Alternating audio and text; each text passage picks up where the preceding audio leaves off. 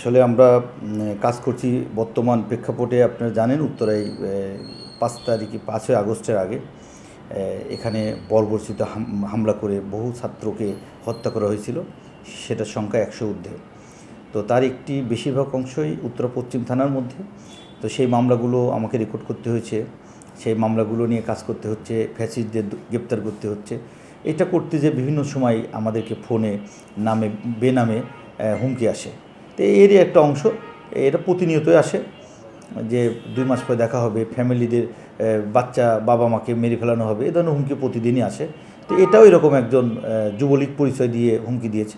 আমিও সামাজিক যোগাযোগ মাধ্যমে দেখেছি যে হ্যাঁ, এটা আমাকেই বলেছে এবং আমার সরকারি নাম্বারে আমি এই বিষয়ে সাধারণ ডায়েরিও করে রেখেছি আর কি। আমি ভয় পাওয়ার কোনো বিষয় নেই। আমরা এটা নিয়ে কাজ করি। আমরা আসলেই পুলিশের চাকরি করি। ভয় ভীতি থাকলে তো পুলিশের চাকরি করার সুযোগ ছিল না। এটা নিয়ে আমাদের কাজ করতে হয়।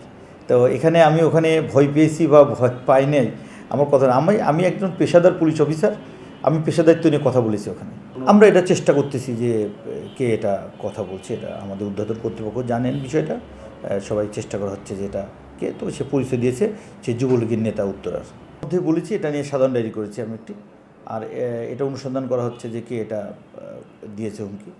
আর আমি মানে আমার সহকর্মী, আর আমার সহকর্মী মানে আমি, যেহেতু আমি তাদের ইনচার্জ। তো বিষয়টি এরকমই আসলে। আর আমরা পুলিশের কাজ করি। আমরা সন্ত্রাসী এগুলো গ্রেপ্তার, এগুলো আইনি আওতায় এনে তাদের বিচারের আওতায় আনা, এটাই আমাদের কাজ।